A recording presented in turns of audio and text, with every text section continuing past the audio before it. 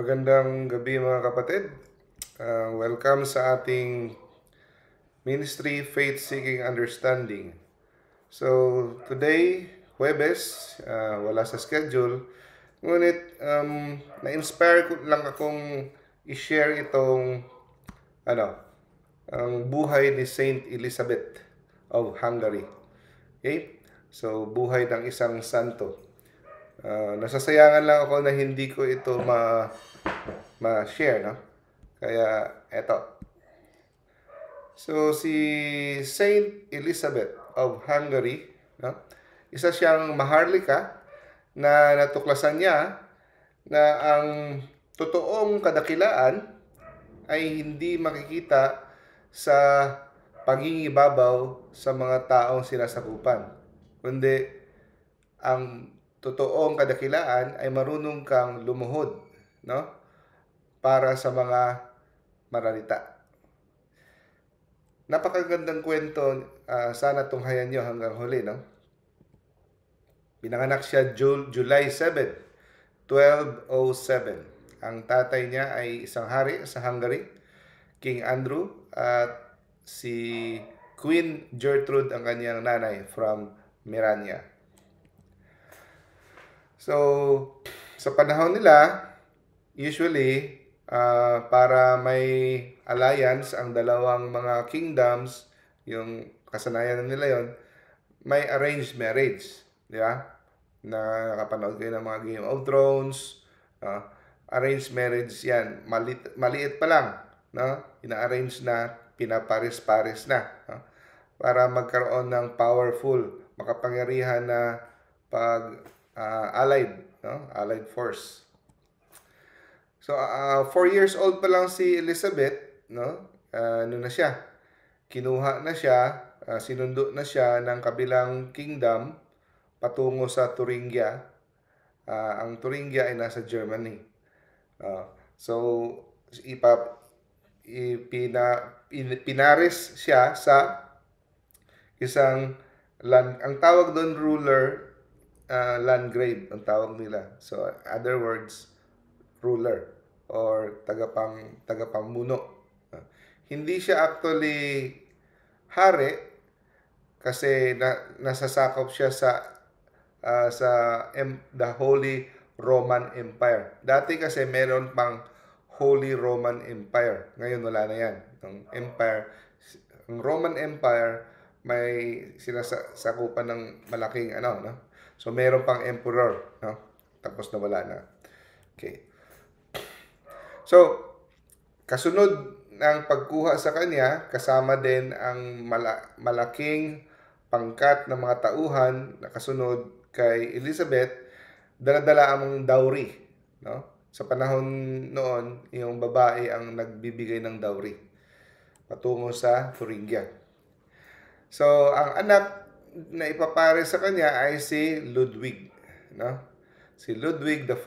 Ang tatay niya ay si Herman, no? Sa panahon na yon, 11 years old si Ludwig. Siya naman ay, si Elizabeth ay 6 years old. 4 years old, no? So, 11, tapos 4 years old.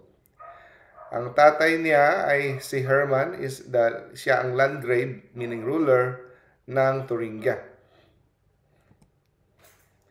Pagdating doon, pareho silang dalawa. Magkasabay silang pinalaki. Siguro nagsasama sila sa mga klase, no? Ang kanilang upbringing ay Catholic, no? At maganda ang edukasyon na binigay sa kanila. Pareho sila mga mababait. So doon nagsimula ng mag-aral at tinuturuan si Elizabeth tungkol sa mga maharlikang mga kilos, no? Para sa isang mga taong mamumuno. Nag-a-attend sila ng mga dinner, banquets, no? Paano magdamit ng mga magagara, kagaya ng mga prinsesa at prinsipe.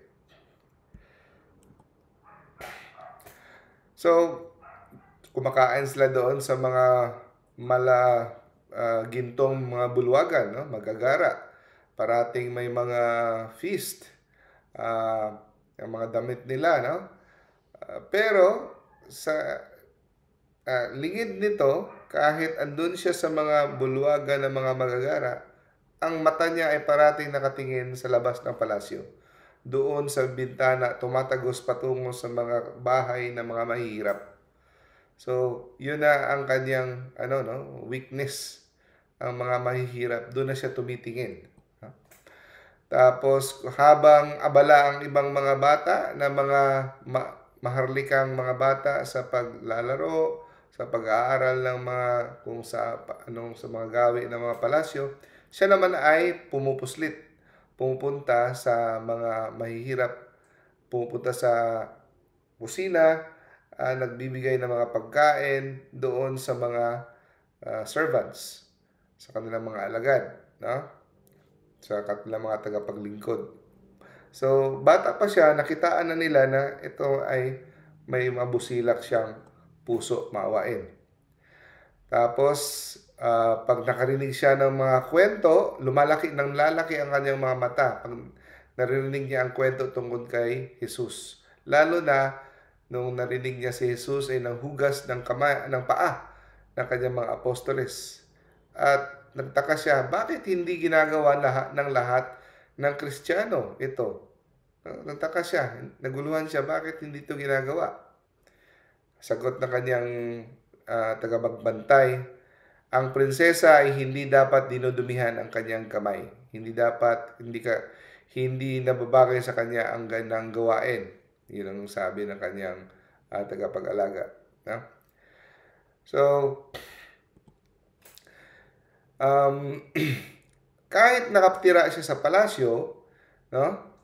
Hindi niya mapaliwanag pero may pumupukaw sa kanyang puso, no? At nadarama niya na ang palasyo ay may puwang, no? May kulang. Hindi niya mapaliwanag at sa kabila ng mga pader ng palasyo, nadarama niya tila na si Kristo ay naglalakad kasama ang mga mahihirap. No? So, another first bad news sa buhay niya, dumating nung 6 years old siya, nabalitaan niyang na-assassinate ang kanyang ina, si Queen Gertrude, because of politics. No? And then, dahil doon, sa kamatayan ng iyang ina, ito ay nakapagbago sa kanyang pananaw sa buhay. Dito niya naintindihan at nag-sink in sa kanya na tayo ay mamamatay, no? At dito siya kumuha ng lakas sa pagdarasal, no? So, sa kabila ng mga pagsubok, kabila ng mga pandaigdig na mga tukso, no? Worldly temptations, lumago pa rin ang pananampalataya ni Elizabeth. The more siya nag-pray, the more siya na pinag-aralan niya ang pagtimpi, no? Ang pagpigil sa sarili, mortification. Hindi niya hinahayaan ang sarili niya, ang kanyang kagustuhan ng kanyang laman, no? At lalong na-inlove siya sa kay Lord. So kasama sila, nag-aaral, no? Maliit rin si Ludwig. Habang sila ay lumalakas din ang kanilang spiritual bond. Nagkaroon sila ng magandang pakikitungo sa isa't isa. Mahilig si Elizabeth manguha ng bulaklak at bibigay sa mga pulubi doon sa may gate, no? At nakikita ito parati ni Ludwig ang kanyang ginagawa. At dito, hindi siya kinukutya ni Ludwig. Naintindihan ni Ludwig ang kadakilaan ng kanyang puso. So kahit na ang kanilang pag-aasawa ay arranged, no? Politika, pero nagkatagpo ang kanilang puso at isipan. So, 16 years old, si Ludwig, namatay ang kanyang tatay, so siya ang pumalit bilang ruler ng Thuringia or Landgrave, ruler, tagapamuno. 4 na taon ang lilipas dito, kakasal na sila. So, 1221, si Elizabeth ay 14 years old, si Ludwig ay 20 years old. No? Sa halip na ito sana ay isang politikang pag-aasawa lamang, ngunit ang dalawa natagpuan ng isa't isa na sila ay nagmamahalan. Tunay silang nagmamahalan. Okay? So, maganda ang kanilang pagsasama kasi dala-dala pa rin ang katangian ni Elizabeth na pupunta sa mga mahihirap, bumibisita sa mga may sakit, no? So, nire-report siya sa kanyang asawa na pagsabihan mo yung asawa mo ba hindi ka dapat parang naiiskandalo ang kanyang estado kasi isang prinsesa pupunta sa mga dukha, gano'n. So, parati niyang pinagtatanggol ang kanyang asawa. At pag nire-report na ang ating kayamanan ay kumukuha si Elizabeth para ibigay sa mga mahihirap, no?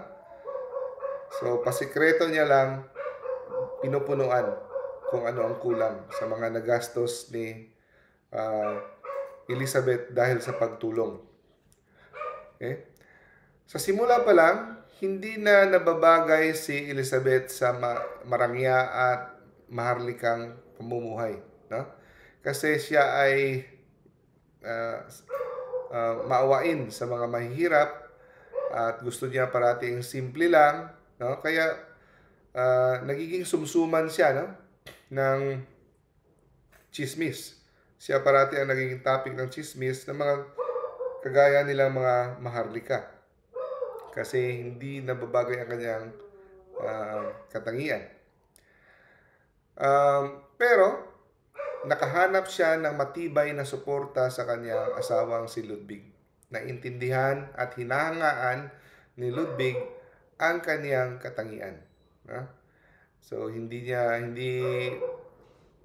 puno-puna ni Ludwig ang mga report na akusasyon sa kanya. No? Nagtatanggol siya parati. At parating sinasabi ni Ludwig, hayaan niyo siyang mahalin niya si Kristo sa kanyang sariling pamaraan. No? At dito natanto ni Elizabeth na sandali lang. Okay. So, sabi ni Ludwig sa kanila, hayaan niyo siyang hayaan niyong mahalin niya si Kristo sa kanyang sariling paraan. No? At dito na kita ni Elizabeth na hindi lang isang matuwid na pinuno ang kanyang napangasawa, kundi isang matalik na kaibigan. No? So, after 2 years, dumating sa kanilang palasyo ang mga Franciscan friars para mangangalaga sa kanilang spiritual na buhay. At dito niya nakilala si Friar Conrad, no? At ito si Friar Conrad ang magiging spiritual director niya at lalong lumalim ang kanyang pananampalataya. Dito niya nalaman ang kwento ni Saint Francis of Assisi, no? At naging modelo niya ito sa pagiging mapagbigay, no? At lalong nakita niya, no, dahil sa buhay ni Saint Francis, ang mukha ni Kristo sa lahat ng mga mahihirap, sa lahat ng may mga ketong, sa mga nakalimutan na ng mga tao sa lipunan. No? So, ang kanyang mga damit, simple lang, hindi kagaya ng mga marangya, kagaya ng mga prinsesa. Nagbibigay siya parati ng mga tinapay, no? Tinatago niya sa kanyang damit. So, kahit sila ay makapangyarihan na politiko, sila Ngunit silang dalawa parehong matuwid at mapagbigay sa mahihirap. Noong 1226, nung may epidemic sa kanila, no, dahil sa mga baha, mismo si Elizabeth ang tumulong sa mga may sakit, no? Nag-aruga. Nagpagawa pa siya ng hospital sa ilalim ng palasyo at libo-libong mga tao ang kanilang natulungan. At sa paggawa ng mga damit, siya mismo ang, wala pa namang pabrika dati, no? Parang ini-spin nila yung mga tela, di ba? Siya mismo ang gumagawa ng mga damit para sa mga tao. And then, isang beses, no, habang siya ay nagdarasal sa chapel, tinanggal niya ang kanyang corona at nilagay niya sa ulo ni Jesus sa crucifix at dumapa sa harap. Nung nakita siya ng kanyang mother-in-law, pinagsabihan siya, ano ka ba? Hindi ito nababagay sa iyong status, no? Ano bang ginagawa mo sa sarili mo? Nakakahiya. Ang sagot ni Elizabeth, hindi ko maatim na sumuot ng korona na ako isang hamak na nilalang lamang, ngunit si Jesus na aking Diyos ay kinokoronahan ng tinik. Yun. Sila ay mayroong 3 anak, isang babae, 2 lalaki. Yung babae, nung lumaki na, ito ay naging madre, yung 2, naging part ng nobility, ng mga maharlika. So, yun, sinabi natin, tinatago niya sa mga, kinukuha niya yung mga tinapay sa loob ng palasyo, nilalagay niya sa ilalim ng kanyang apron at binibigay in person sa mga mahihirap. Kaya nakuha niya ang pagmamahal ng mga mahihirap. So sa panahong 'yon, kinukutya ng mga mahihirap ang mga maharlika dahil wala silang pakialam. Pero sila, si Ludwig at saka siya, nakuha ng mga mahihirap ang kanilang pagmamahal. No? Isang beses, pinahiga niya, dinala niya isang may ketong sa kanilang kwarto mismo, no? Kung saan sila nakahiga mag-asawa, pinahiga niya doon at inalagaan niya. Nung dumating na sa gabi at nakita niya na dumi-dumi na yung kumot, medyo nainis si Ludwig, pero binuksan ng Diyos ang kanyang mga mata at imbis na may taong may ketong ang nakita niya, si Kristo ang nakahiga. Doon lalo naintindihan ni Ludwig ang kanyang asawa. Isang araw, nagkatagpo sila sa daan at nag-report ang mga tao na sumusobra na yung asawa mo, ang tinapay natin, inuubos na, tinatago niya sa kanyang damit. So, nagkatagpo sila, tinanong siya, saan ka pupunta? Anong sa loob ng damit mo? Tinanong siya ni Ludwig. So, wala na siyang lusot, kaya binuksan na lang niya. Pero himala, na pag imbis na tinapay ang lumantad, mga bulaklak. At lalong isa na namang divine sign ang napakita kay Ludwig na ang ginagawa ng kanyang asawa ay tama. No? So, kada gabi, magkasama sila nagpe-pray together. No? So, parang paraiso. Ang ganda ng storya ng buhay ni Elizabeth. No? Kasakapilin ng kanyang asawang nagpoprotekta sa kanya, nagtatanggol sa kanya, nagmamahal at umiintindi sa kanya. Perfect. Ngunit hindi ito magtatagal dahil isang araw, 1227, nagpatawag si Emperor Frederick ng Holy Roman Empire at sinasakupan sila, no? Siya ay ruler ng Thuringia, ng crusade against sa mga invading Muslim. Babawiin nila ang Holy Land kasi nasakop ng mga Muslim ang Holy Land. So, kailangan nilang sumabak sa crusade. So, obligado si Ludwig na susama. Pero doon, iyak ng iyak si Elizabeth kasi nadarama niya na hindi na makakabalik ang kanyang asawa. No? At inano siya, pinakampante siya ng kanyang asawa. Ludwig sabi, "Don't worry, sweetheart. I will see you in heaven." No? So yun nga, sa palad, hindi nakarating sa Holy Land si Ludwig, namatay na siya dahil sa plague, no? Sakit. 27 years old lang siya nung namatay siya. Nung dumating ang balita sa kanilang kaharian na si Ludwig ay wala na, nag-collapse siya sa chapel, no? Lalos wala na siyang lakas. Sabi niya, "The world is dead to me." No? All that was joyful in the world, nawala sa akin. Kasi nawala sa kanya ang nag-iisang taong umuunawa sa kanya. Nag-iisang taong tagapagtanggol niya at nakakaunawa sa lahat niyang ginagawa. Ang kanyang hindi lang asawa, kundi best friend. No?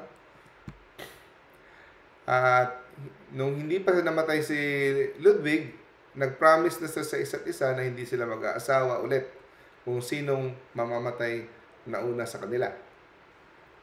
Now, bad news ang dumating.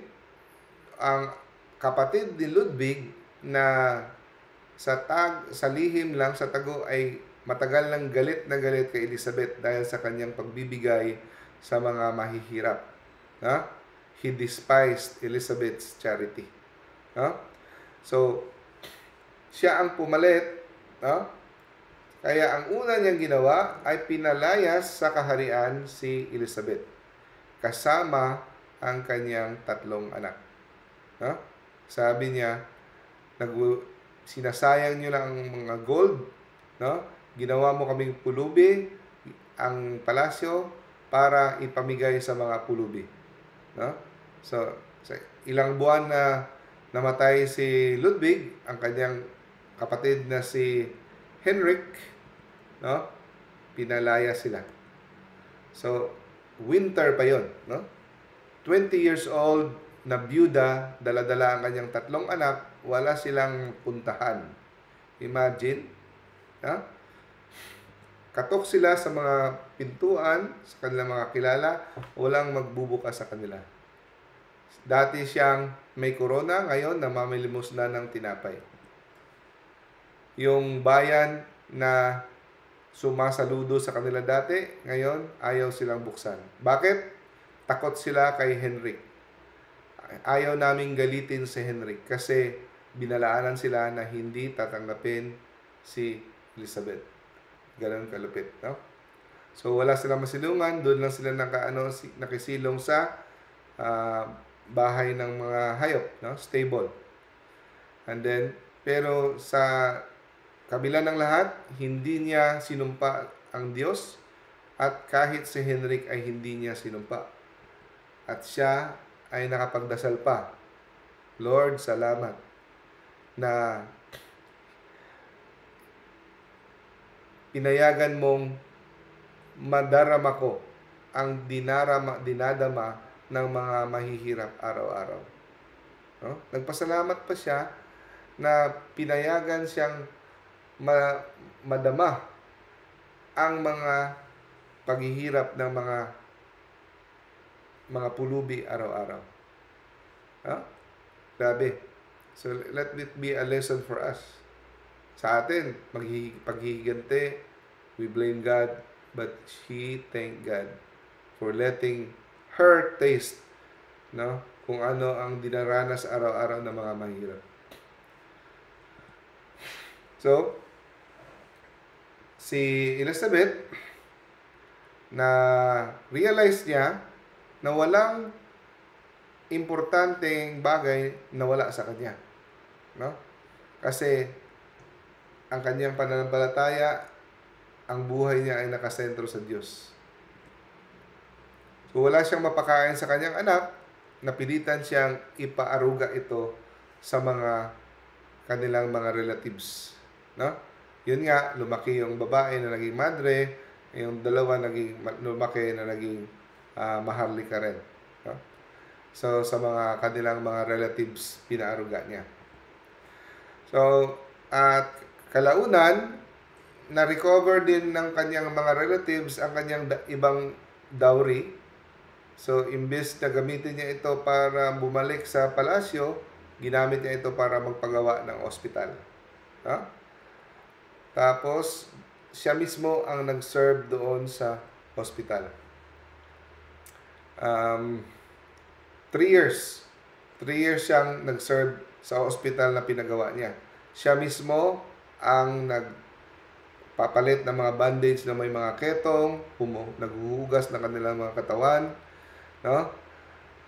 Madaling araw pa, gumigising na, no? At ang babaho at malalansa itong mga sugat na itong ng ketong, no? Kinakandong niya ang mga pasyenteng halos malapit ng mamatay at binubulungan niya ng mga dasal. No? Tinuturuan niya magdasal. Sinasamahan niya sa kanilang kamatayan. Minsan natutulog siya sa sahig, no? Kasama ang mga malapit ng mamatay. Kumakain din siya kung anong kinakain ng mga pasyente, ng mga mahihirap. At dito nagsimula ang mga milagro. Napansin nila, yung mga tinapay na binibigay niya, hindi na uubos. At minsan, yung mga may sakit, pag nahawakan niya at nakadapi sa kanyang balat, gumagaling yung iba. At minsan, nakakaalam siya ng mga sikretong mga kasalanan ng tao at sikretong mga dinadamdam. At ang kanyang words ay nakakagaling. So maraming pumupunta doon sa hospital, hindi lang para gumaling, pero upang makasaksi sa kanyang banal na presensya. No? Nakita nila nga para siyang living saint. Ang reyna ngayon ay isa ng tagapaglingkod. No? Ngunit ito ay sinisingil ang kanyang katawan. No? Sa lahat ng kanyang pagpupuyat, pag-aayuno, pagsakripisyo. Ang prinsesa ay naging pulubi, ngunit ngayon gumagawa na ng mga milagro. At marami ng mga pilgrims, mga dayo, pumupunta para lang makahawak sa kanyang banal na mga kamay. No? Habang nagtatrabaho siya, kumakanta siya, no? Para siyang ilaw na nagdadala kung kahit naglalakad na ilaw sa sulok ng kadiliman. No? At kahit saan siya pumupunta, tila ba nagdadala siya ng pag-asa. May isang ang bulag na nakakita dahil nag-pray over siya. Isang paralyzed na gumaling. No? At nakita ng mga tao, isang basket, naubos na ang tinapay, pagtingin nila ulit, puno ulit. No? Minsan, kung tatawagin siya na ikaw ay isang blessed, no? Blessed ka. Ikaw ay, pinagpala. So, mag-i-smile lang siya. No? Lilingo lang siya at mag-smile. Sabi niya, ginagawa ko lang kung anong dapat ginagawa ng lahat ng Kristiyano. No? Na tayo'y tingnan natin si Kristo sa lahat ng mga mahihirap. Sa lahat ng tao may ketong, no? Yun din ang sugat ni Jesus. Every leper was Christ showing His wounds. No? Kung hawakan natin sila, hinahawakan din natin si Kristo. Hinahawakan din natin ang Diyos. Sabi niya. Maraming tao nakakita na ang kanyang mukha minsan ay lumiliwanag. No? Ang presensya niya lang mismo, hindi pa siya magsasalita, nagbibigay na ng comfort. Nagjo-joke din siya sa mga patients. Inahawakan niya ang kamay ng mga pasyente hanggang mamatay, no? At binibigyan niya ng encouragement. Ngunit, may katapusan talaga ang lahat. Dahil sa kanyang parating pagsasakripisyo, walang tigil na pagtatrabaho, bumigay ang kanyang katawan. 23 years old pa lang siya, mukha na siyang matanda. 23 years old pa lang siya, mukha na siyang senior citizen. Dahil sa kanyang pagbuhos, buong buhay pagbubuhos sa kanya. So, in 1231, halos hindi na siya makatayo. Pero pinilit niya paling hilain ang kanyang sarili patungo sa hospital. At ang sabi niya, hindi ko kayang magpahinga hanggat nakikita ko silang nagdurusa, sabi niya. No?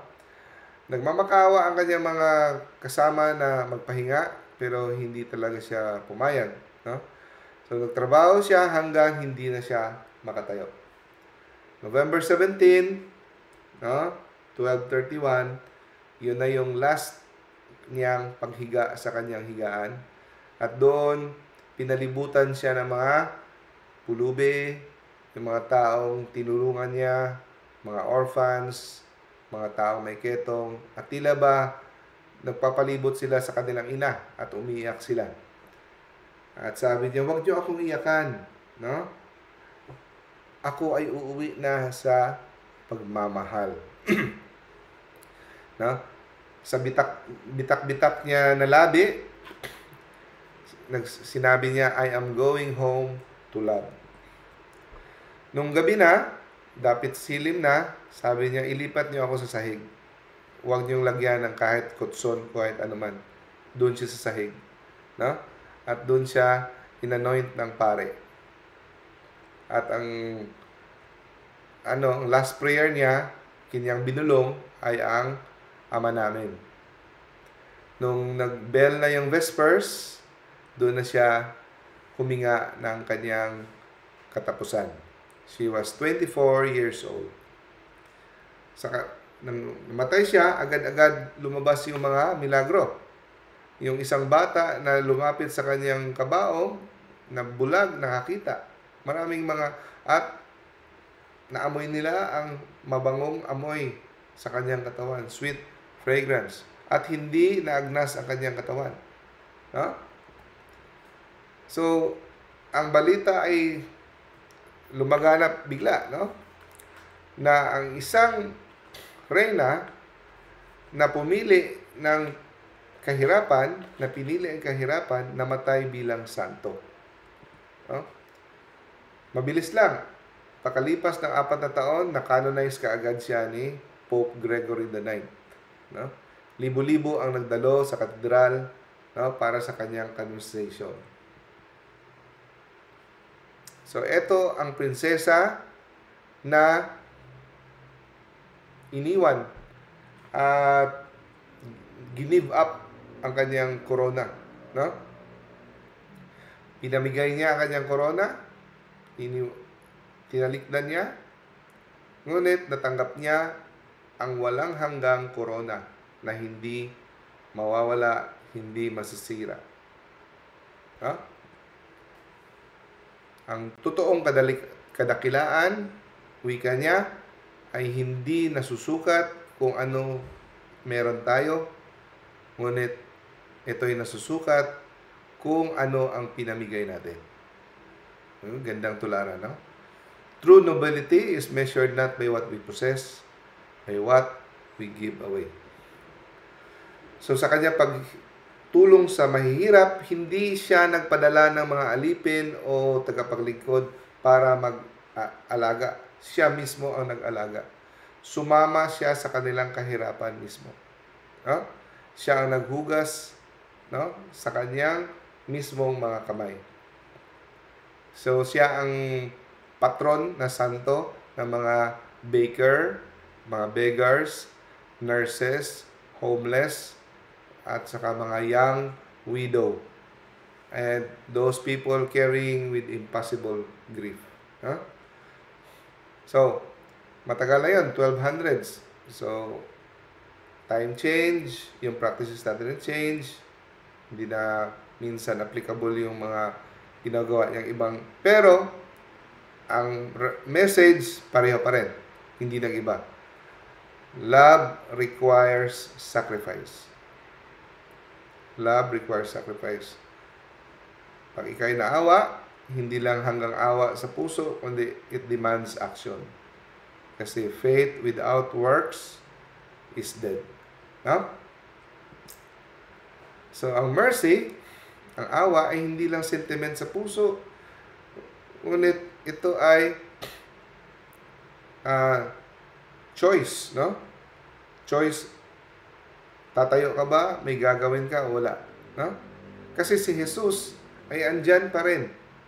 Andyan pa rin sa mga tao na kalimutan na sa lipunan. Naghihintay na tayo ba ay luluhod at maghuhugas ng kanyang paa? No? O hindi. Saint Elizabeth of Hungary, pray for us. No? So, I hope na-inspire tayo. I was really inspired by her story, kaya gusto kong i-share. So, hanggang dito tayo. God bless everyone. Have a good evening.